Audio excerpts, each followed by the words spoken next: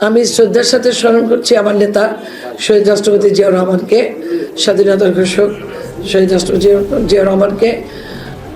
আমি শ্রদ্ধার সাথে স্মরণ করছি গণতন্ত্রের আন্দোলনের আমার নেত্রী, যাকে আমরা গণতন্ত্রের মা হিসেবে শ্রদ্ধা জানাই, আমার নেত্রী আমার মা বেগম খালেদা জিয়াকে, যিনি রাজনীতির ইতিহাসে, বিএনপির ইতিহাসে একজন নারীকে সাংগঠনিক সম্পাদকের দায়িত্ব দিয়ে আমাকে এই পর্যন্ত আসার সুযোগ করে দিয়েছিলেন। আল্লাহ রব্বুল আলমিনের কাছে শুকরিয়া আদায় করছি, যিনি আমাকে আমি এই দায়িত্ব পেয়েছি, এই জন্য আমি আল্লাহর কাছে শুকরিয়া আদায় করছি। কৃতজ্ঞতা জানাচ্ছি বাংলাদেশের প্রধানমন্ত্রী, আমার দলের চেয়ারম্যান জনাব তারেক রহমানের প্রতি। নারী ক্ষমতায়নের মুখে শুধু কথা না বলে উনি বলেছেন বাংলাদেশকে আমি একটি নারী বান্ধব বাংলাদেশের পরিবেশ তৈরি করব।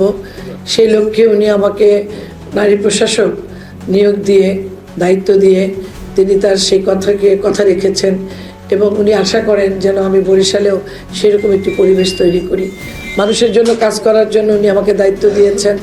আমি প্রথম দিনই বলেছি যে শাসক প্রশাসক কিছু নয়, আমি আপনাদের সেবক হতে এসেছি। আমার ভাগ্যে কতদিন এই দায়িত্ব আছে আমি জানি না। এই চেয়ারে আমি দায়িত্ব নেওয়া থেকে আজকে যে প্রেস ক্লাবে প্রথম এসেছি, সেই প্রেস ক্লাব আমার একটি আবেগের জায়গা আছে। কিছু মানুষ আছে যারা আমার অত্যন্ত ভালোবাসার মানুষ, যাদের স্নেহ ভালোবাসা আমি পেয়েছি। আমার অত্যন্ত শ্রদ্ধেয় মাইনুল ভাই, যার কথা আমার এখানে আসলে মনে পড়ে। ছোট্টবেলা গার্লস গাইড থেকে শুরু করে আরও ছোটবেলা থেকে তিমিরদার সাথে আমার একটা খুব ভালো সম্পর্ক ছিল। আমি তার পরিবারের সদস্যের মতো ছিলাম।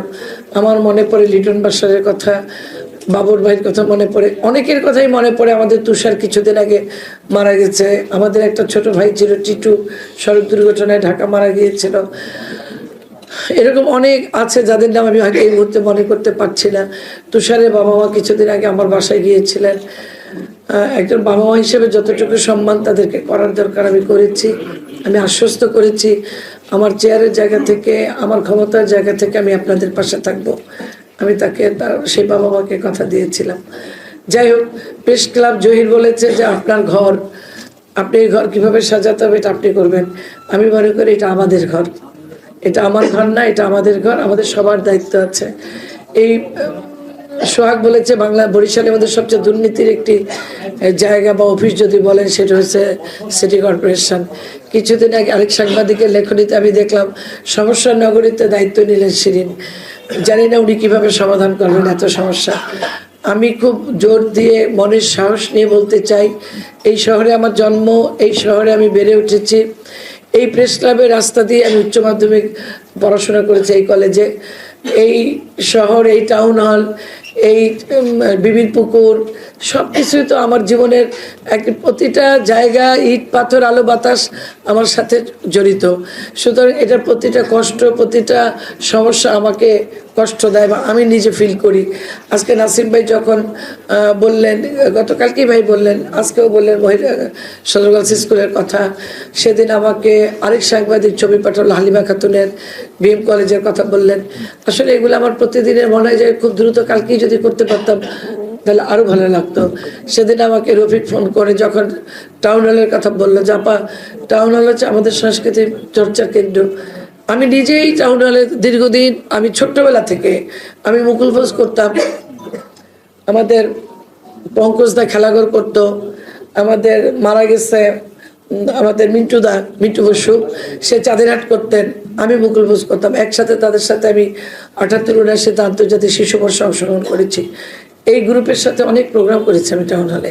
সুতরাং ওইটাও আমার একটা বিরাট দায়িত্বের জায়গা ছিল। আমি গতকালকেই বলেছি যে ৩,০০০ টাকা থেকে কি করে ১১,০০০ টাকা হয়, ৩,০০০ টাকা থেকে ২,০০০ টাকা বাড়তে পারে। ঠিক আছে, ১৫ বছর আগে, 10-20 বছর আগে ৩,০০০ টাকা থাকলে আলোচনা করে এটা একটু বাড়ানো যায়, কিন্তু ১১,০০০ কেন? তার সাথে সাথে আমি 2টা বাথরুম, 2টা ওয়াশ বাথরুম করার জন্য এখানে, এবং বলছে সেটা আজকে নয় আগামীকালকে আপনারা করবেন না, কালকেই করতে হবে। এভাবেই বলছে যত দ্রুত সম্ভব টাউন হলকে একটু সংস্কার করে 2টা বাথরুম করে, কারণ ওইখানে প্রোগ্রাম হয়, সেখানে কোনো ওয়াশরুম নাই আমরা দেখেছি, আমি নিজেও ঘুরে দেখে আসছি। যাক, এগুলো আমরা গতকালকেই সিদ্ধান্ত নিয়েছি। একটা বাঁশের হাট ছিল শহরের ভিতরে, আমি জানি না কে আমাকে ফোন করেছে, এক ভদ্রলোক ফোন দিয়ে বলেছে যে এই বাসের হাটের জন্য আমরা রিক্সা নিয়ে যেতে পারি না, রাস্তার উপর বাস পড়া থাকে, লোড আনলোডে সেখানে গাড়ি থাকে, সেখানে তখন চলাচল বিঘ্নিত এবং দুর্ঘটনার অনেক বেশি সম্ভাবনা থাকে। ওই দিন সকালে টেলিফোন পেয়ে আমি সন্ধ্যায় গিয়েছি ওইখানে, এবং ওইটা টেন্ডার ছিল আমার